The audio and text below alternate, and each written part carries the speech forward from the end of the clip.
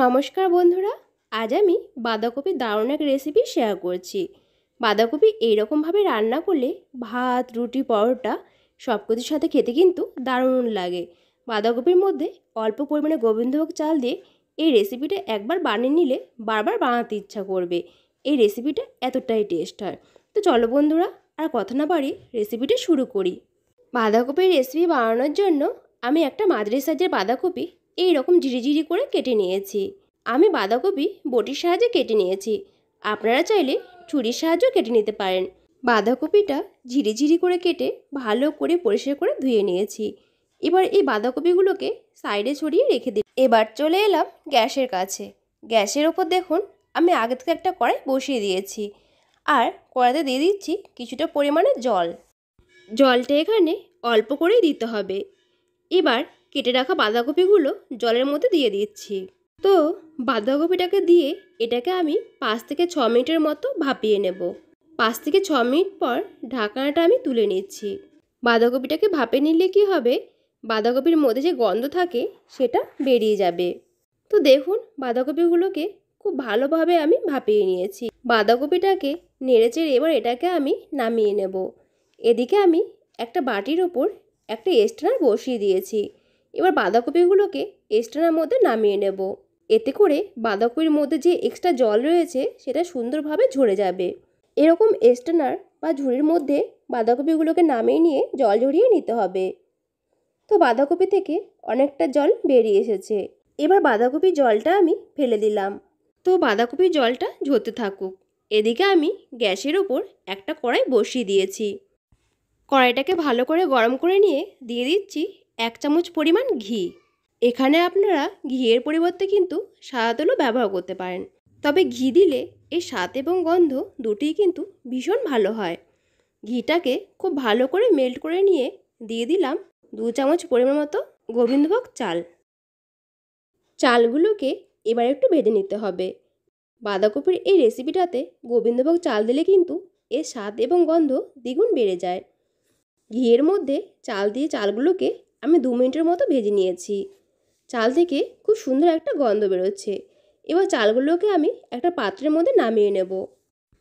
এখানে একটা মাঝারি সাইজের বাঁধাকপির জন্য আমি 2 চামচ চাল দিয়েছি। আপনারা যদি রেসিপিটা বেশি পরিমাণে করতে চান তাহলে চালের পরিমাণ বাড়িয়ে নেবেন। এবার কড়াইতে দিয়ে দিচ্ছি 2 চামচের মতো সাদা তেল। তেলটাকে ভালো করে গরম করে নিয়ে দিয়ে দিলাম কিছুটা পরিমাণে 5 ফোড়ন, দিয়ে দিলাম একটা শুকনো লঙ্কা, আর দিয়ে দিলাম একটা তেজপাতা। এবার ফোড়নটাকে একটু ভেজে নেব।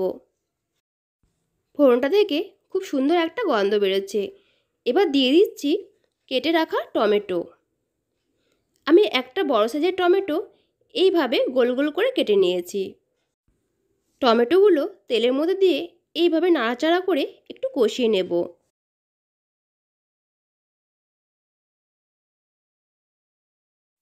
তো দেখুন টমেটোগুলো আমি খুব ভালোভাবে কষিয়ে নিয়েছি। এবার এর মধ্যে আমি দিয়ে দেবো কেটে রাখা আলু। দুটো মাঝারি সাইজের আলু আমি এইভাবে ডুমো ডুমো করে কেটে নিয়েছি। এবার আলুটা দিয়ে আমি আরও একটু ভালো করে কষিয়ে নেব।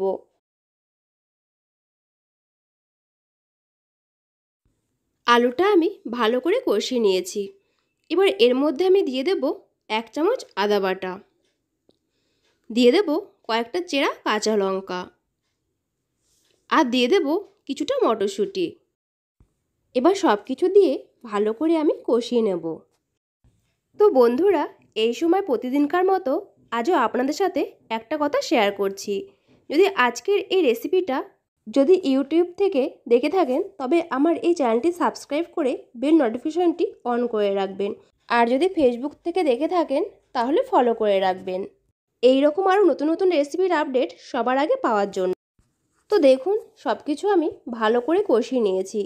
এবার এর মধ্যে আমি দিয়ে দিচ্ছি কিছুটা পরিমাণে হলুদ গুঁড়ো, দিয়ে দিচ্ছি লাল লঙ্কার গুঁড়ো, দিয়ে দিচ্ছি কিছুটা ভাজা মশলা, আর দিয়ে দিচ্ছি স্বাদ মতো লবণ। এবার সব কিছু দিয়ে আরও একটু কষিয়ে নেব।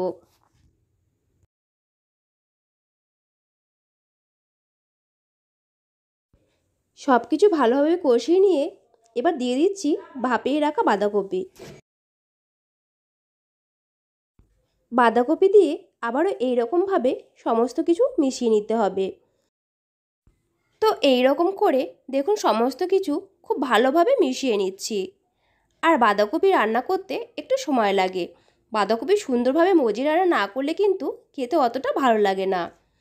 তো এইভাবে সমস্ত কিছু খুব ভালোভাবে মিশিয়ে নিয়েছি। এখন এটাকে ঢাকা দিয়ে রান্না করে নেব।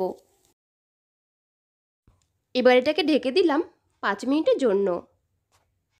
এদিকে দেখুন ভেজে রাখা গোবিন্দভোগ চালটা আমি নিয়ে নিয়েছি। এবার এটাকে শিলনোড়ায় বেটে আমি একটা পেস্ট তৈরি করে নিয়েছি। আর পেস্টটা একবারে মিহি করে নিই। এইরকম দানা দানা রেখে আমি পেস্টটা তৈরি করে নিয়েছি। 5 মিনিট পর দেখুন কড়াইয়ের ঢাকনাটা আমি তুলে নিয়েছি। এবার বাঁধাকপিটা আমি একটু নাড়াচাড়া করে রান্না করে নেব। আর দেখুন বন্ধুরা, আলুগুলো খুব ভালোভাবে সিদ্ধ হয়ে গেছে। গ্যাসের ফ্লেমটা হাইতে রেখে 2 থেকে 3 মিনিটের মতো এটাকে আমি রান্না করে নেব।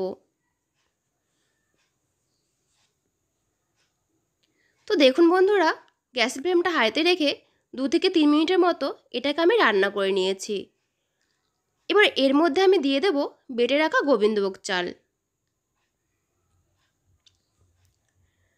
আর ওই বাটিটা করেই দিয়ে দেবো কিছুটা পরিমাণে জল। এবার গোবিন্দভোগ চাল দিয়ে বাঁধাকপির সাথে খুব ভালোভাবে মিশিয়ে নেব। বেটে রাখা গোবিন্দভোগ চাল দিয়ে বাঁধাকপির সাথে খুব ভালোভাবে মিশিয়ে নিতে হবে। তো দেখুন বন্ধুরা, বেটে রাখা গোবিন্দভোগ চাল বাঁধাকপির সাথে খুব ভালোভাবে মিশিয়ে নিয়েছি। এবার এটাকে ঢাকা দিয়ে দেব 2 মিনিটের জন্য। এতে গোবিন্দভোগ চালটা খুব ভালোভাবে সিদ্ধ হয়ে যাবে। 2 মিনিট পর ঢাকাটা আমি তুলে নিয়েছি। এবার বাঁধাকপিটাকে একটু নাড়াচাড়া করে নেব। দিয়ে দেব কিছুটা পরিমাণ গরম মশলা গুঁড়ো। দিয়ে দেব সামান্য একটু চিনি। আর দিয়ে দেব কিছুটা ধনেপাতা কুচি। দিয়ে দেব কিছুটা ঘি। এবার সব কিছু দিয়ে নেড়ে চেড়ে 1 মিনিটের মতো রান্না করে নেব। রেসিপিটা আমার একদম রেডি। এবার এটাকে আমি একটা পাত্রের মধ্যে সার্ভ করে নেব। আপনারা একবার হলেও গোবিন্দভোগ চাল দিয়ে এই বাঁধাকপির রেসিপিটা বাড়িতে ট্রাই করবেন। আশা করি অনেক ভালো লাগবে।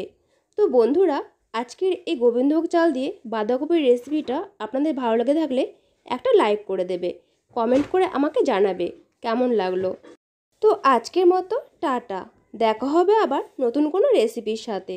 ততক্ষণে সবাই ভালো থাকবে, সুস্থ থাকবে।